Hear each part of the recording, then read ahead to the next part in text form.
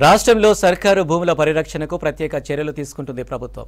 ఇందులో భాగంగా సర్కారు భూముల చుట్టూ ఫెన్సింగ్ వేయాలని నిర్ణయించారు. రంగారెడ్డి, సంగారెడ్డి జిల్లాలోని విలువైన ల్యాండ్స్ రక్షణకు హెచ్ఎండీఏ మరిన్ని చర్యలు చేపట్టనుంది. ఫెన్సింగ్ వేయడంతో పాటు ప్లాంటేషన్కు అధికారులు సన్నాహాలు చేస్తున్నారు. గత ప్రభుత్వ హయాంలో రాజకీయ అండతో విలువైన భూములు కబ్జా అయ్యాయనే ఆరోపణలున్నాయి.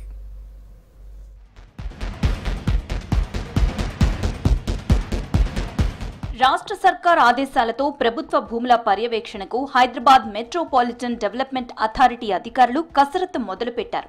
సర్కార్ భూముల చుట్టూ ఫెన్సింగ్ ఏర్పాటు చేసి లోపల ప్లాంటేషన్ చేయాలని నిర్ణయించారు. ఇనుప కంచె ఏర్పాటు చేయగానే అర్బన్ ఫారెస్ట్రీ కింద మొక్కలు నాటేందుకు అటవీశాఖ అధికారులు రెడీ అవుతున్నారు.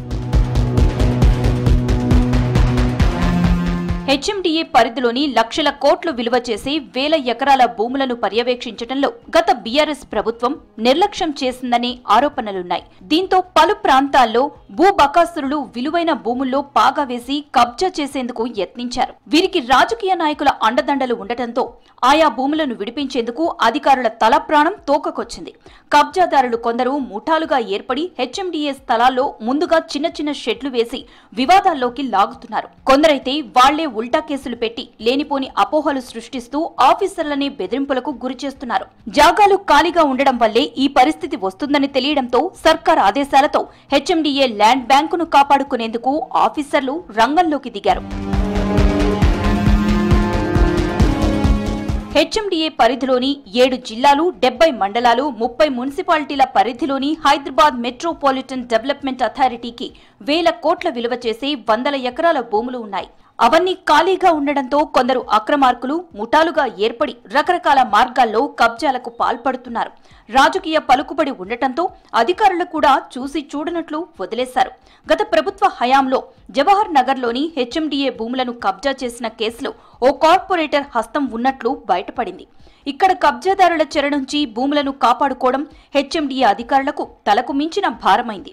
ఇక శంషాబాద్లో ఓ వ్యక్తి ఏకంగా 50 ఎకరాల హెచ్ఎండీఏ భూములను కబ్జా చేయడంతో వివాదం సుప్రీంకోర్టు వరకు వెళ్లింది. చివరకు కోర్టు తీర్పు ప్రభుత్వానికి అనుకూలంగా రావడంతో కథ సుఖాంతమైంది. ఇక మియాపూర్లోనూ కొన్ని భూముల్లో కొందరు అక్రమంగా ఇండ్లు నిర్మించుకోవటం వివాదాస్పదమైంది. ఇలా హెచ్ఎండీఏ పరిధిలోని 7 జిల్లాల్లో ఎక్కడో చోట సర్కారు భూములు కబ్జాకు గురవుతూనే ఉన్నాయి. ఖాళీగా ఉండడం వల్లే కబ్జాలకు గురవుతున్నాయని ఎప్పటి నుంచో అధికారులు చెప్తున్నా గత పాలకులు పట్టించుకోలేదు. ఇటీవల హెచ్ఎండీఏ అధికారులతో సీఎం రేవంత్ సమావేశం కాగా ఇదే విషయాన్ని ఆఫీసర్లు ఆయన దృష్టికి తెచ్చారు. హెచ్ఎండీఏ ల్యాండ్ బ్యాంక్ లో ఉన్న వివరాల ఆధారంగా ఆయా ప్రాంతాల్లో భూములన్నింటినీ సంరక్షించాలని, ఏ రాజకీయ ఒత్తిళ్లకు లొంగవద్దని, ఖర్చులకు వెనకాడకుండా చర్యలు తీసుకోవాలని సీఎం సూచించారు. దీంతో భూముల చుట్టూ ఇనుప కంచెలు వేయించి అర్బన్ ఫారెస్ట్రీ తరపున మొక్కలు నాటించాలని అధికారులు నిర్ణయించారు.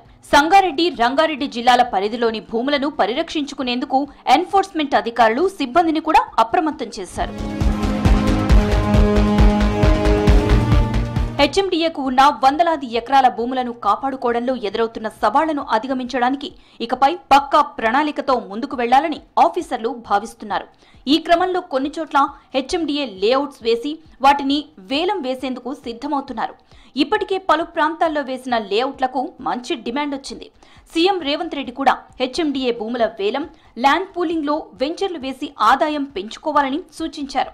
అందులో భాగంగానే భూముల సంరక్షణ, ప్రాజెక్టులు, ఆదాయం అనే 3 లక్ష్యాలతో ముందుకు వెళ్తున్నట్లు ఆఫీసర్లు చెప్తున్నారు.